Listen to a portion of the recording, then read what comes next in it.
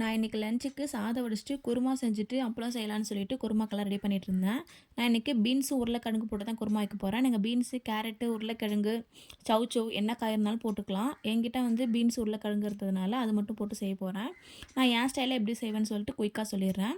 First ஒரு பாத்திரத்தில் எண்ணெய் ஊற்றி சோம்பு பட்டை லவங்கம் எல்லாம் போட்டுக்கிட்டு சின்ன வெங்காயம் நறுக்கி வச்சு ஒரு 15 பல் சின்ன வெங்காயம் போட்டிருக்கேன். அப்புறமேட்டு கொஞ்சமாக உப்பு, அரை ஸ்பூன் மஞ்சத்தூள், ஒரு ஸ்பூன் இஞ்சி பூண்டு பேஸ்ட் போட்டு நல்லா வதங்கினதுக்கப்புறமா ஒரு பெரிய சைஸ் தக்காளி கட் பண்ணி வச்சுருக்கேன். அதையும் போட்டு நல்லா வதக்கிக்கலாம். வெங்காயம் தக்காளி நல்லா வதங்கினதுக்கப்புறமா நம்ம கட் பண்ணி வச்சுருக்க காய்கறியெல்லாம் போட்டு இல்லை கொஞ்சமாக தண்ணி ஊற்றி வேக வச்சுக்கலாம். அதுக்கப்புறமேட்டா ஒரு வெறும் மிளகாத்தூள் அரை ஸ்பூன் போட்டு குழம்பு மிளகாத்தூள் ஒரு ஸ்பூன் போட்டிருக்கேன். நீங்கள் காரத்துக்கு ஏற்ற மாதிரி பார்த்து போட்டுக்கோங்க. இப்போ தேங்காய் அரைச்சிக்கலாம். நான் ஒரு 5 பல் போல் தேங்காய் கீரி எடுத்துக்கிட்டேன். கொஞ்சமாக சீரகம் போட்டுக்கோங்க. ஒரு 2 பொடி பொட்டுக்கடலை போட்டு நல்லா அரைச்சி எடுத்துக்கலாம். இப்போ குழம்புல சேர்த்து நல்லா கொதிக்க வச்சதுக்கப்புறம் கொத்தமல்லி தூவி இறக்குனீங்கன்னா சூப்பராக இருக்கும். கண்டிப்பாக ட்ரை பண்ணி பாருங்கள்.